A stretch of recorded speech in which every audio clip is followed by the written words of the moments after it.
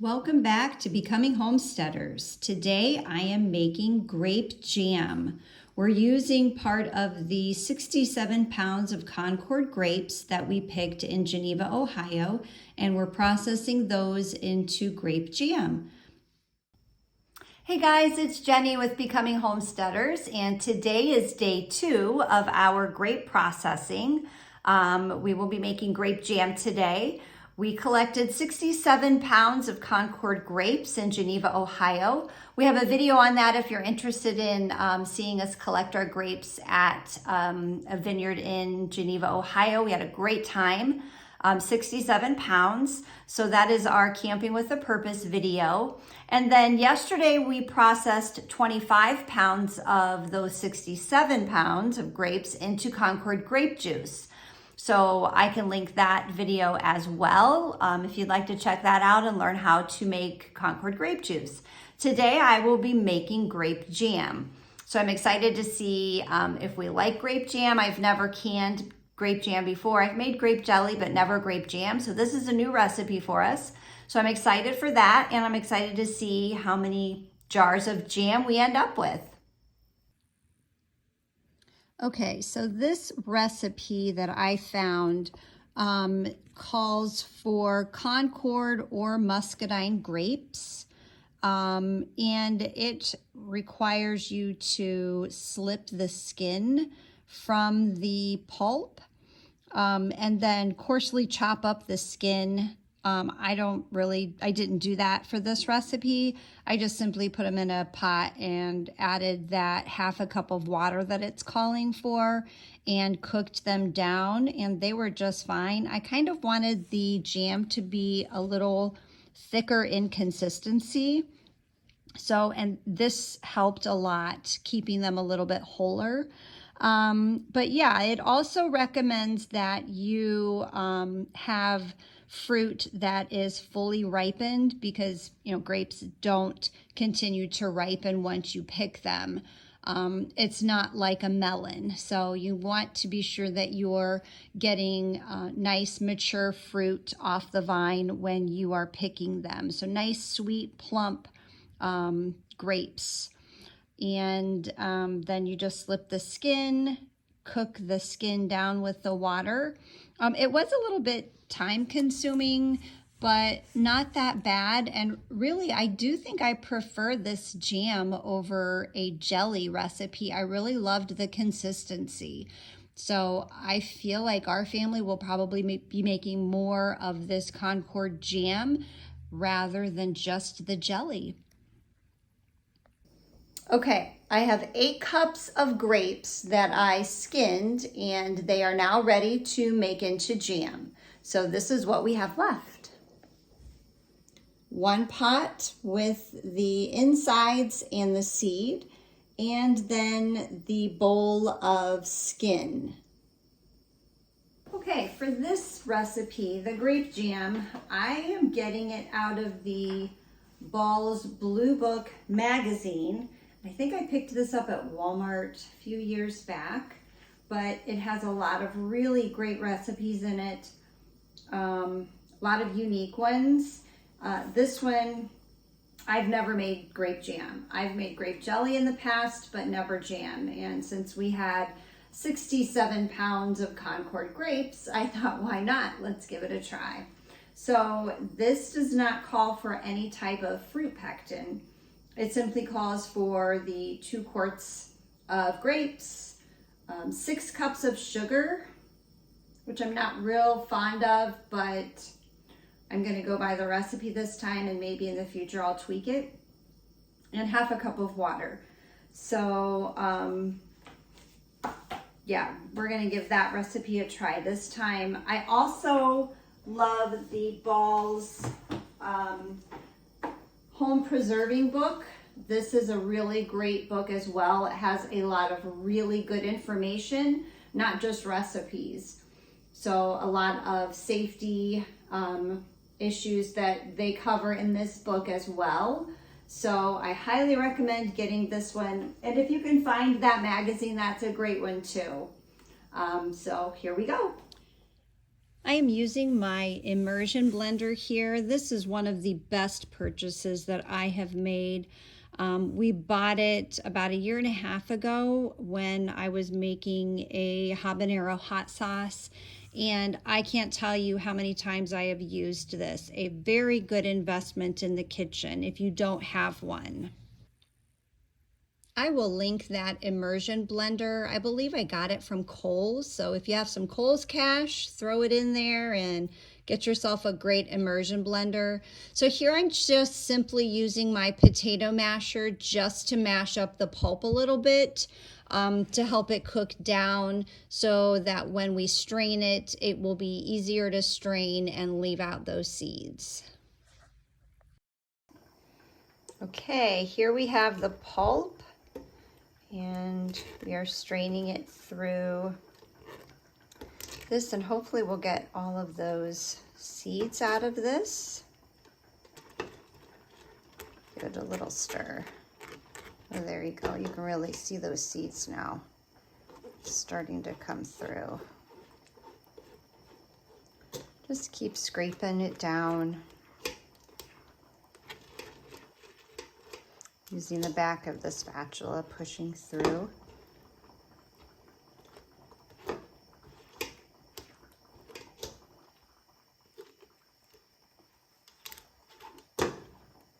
Want to get as much as we can.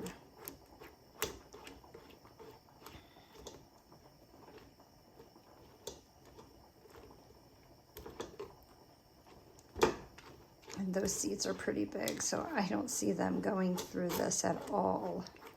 Don't look at my hands. They are stained purple from the last 2 days of our grape making adventures. So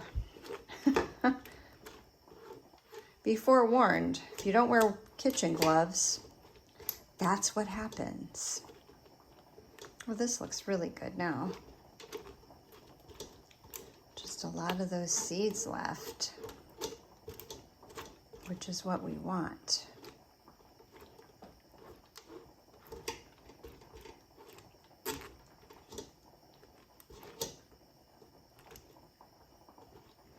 Okay. I'm gonna call that good. Yay. Okay, I did not say that you might want to lift your strainer up and scrape the bottoms, because as you can see, a lot of that pulp gets stuck to the bottom of your strainer. So you don't want to lose that pulp. You want as much as you can. Okay, this is what we're left with for the pulp. So no seeds. And our skin is coming along. So it recommends that you cook these down for 15 to 20 minutes. So it looks pretty good. Okay, so this is the pulp, skin, and 5 cups of sugar. I just couldn't bring myself to use all 6. So we will see how this thickens up. I know usually the sugar helps in the thickening process, but we shall see. Okay, so I have all of the ingredients for the jam, the pulp, the skin, and the sugar in here cooking. And it says to dissolve the sugar, which I did over medium heat. And then it says to increase the heat and cook it rapidly until it reaches 220, which is the gelling point. So I have a thermometer here. It's probably not the best one to use, and because it's kind of shallow, you don't want the thermometer to touch the bottom, because then the flame from the pot on the bottom will not give you an accurate reading then. So we're just gonna kind of tilt it sideways so we can get a better reading And we're going to bring this jam up to 220. Okay, I think we have reached our 220 gelling point. Not sure if you can see that. It is a nice rolling boil. It does look thicker on my spatula.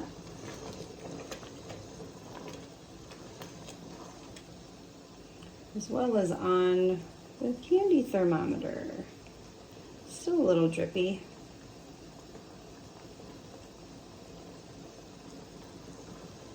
But I think I'm going to call that good. Okay, so we're going to ladle our hot jam into these very hot jelly jars. And I just wanted you to see the spatula that I was using has a nice coating. So I really feel like this is going to gel nicely and it tastes good. Oops. Try not to drip it on your counter. Smells good. Tastes good. Well, you know what? That one doesn't look quite full enough. Because this does stain. I have grape jelly or grape juice or grape something all over my kitchen. So it is going to need a deep cleaning when these 3 days of grape processing is over. Yeah, this looks beautiful.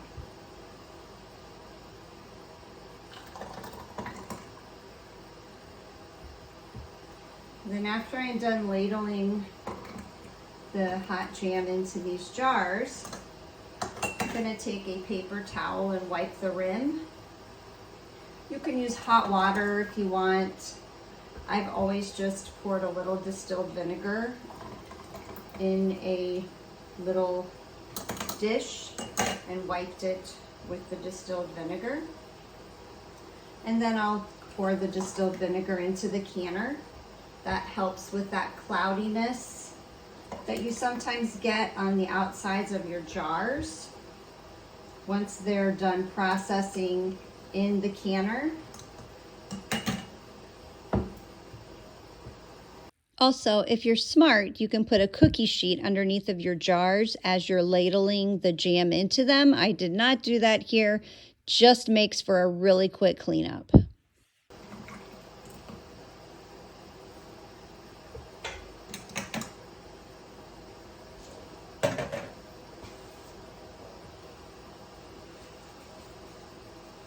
Helps if you pour the vinegar in there.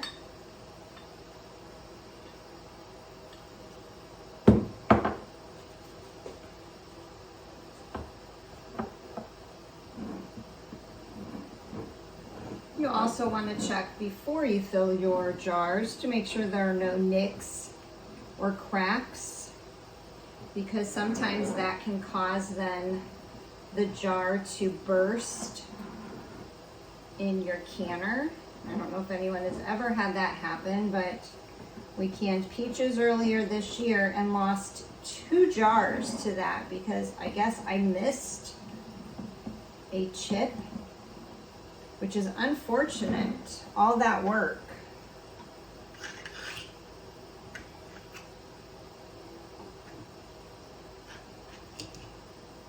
Place your lids on. And then your rings, your fingertip tight, and those jars are really hot.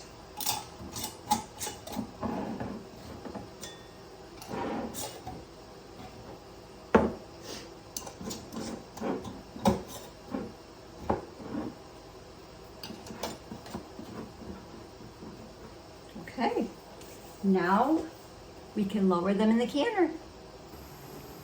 Okay. We have 6 half pints all ready in the canner. I'm gonna add my vinegar to help with that cloudiness. And we're gonna process these with the lid on at a rolling boil for 15 minutes.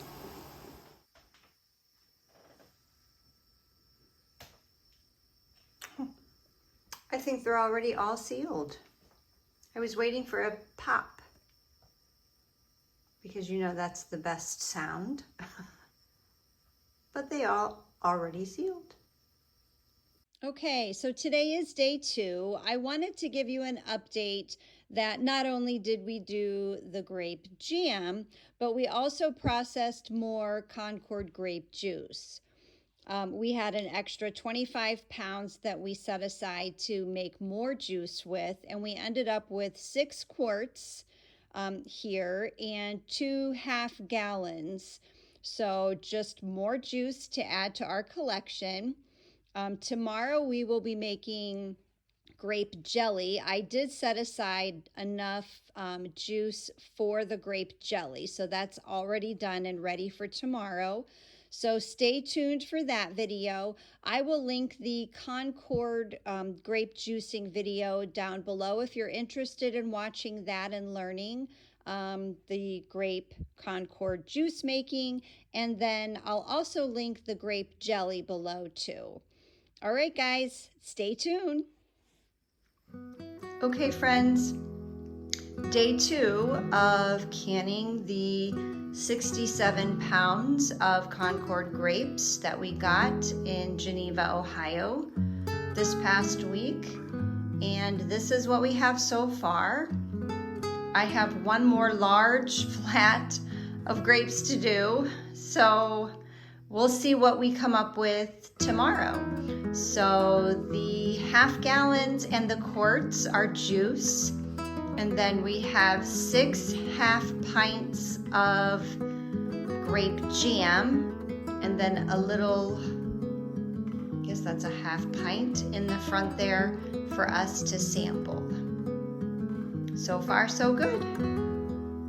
Thanks so much for hanging out with me today while I processed more grapes into beautiful grape jam. And if you liked my video today, give me a thumbs up and consider subscribing to our channel, Becoming Homesteaders. Thanks so much, guys. Stay tuned for more grape processing.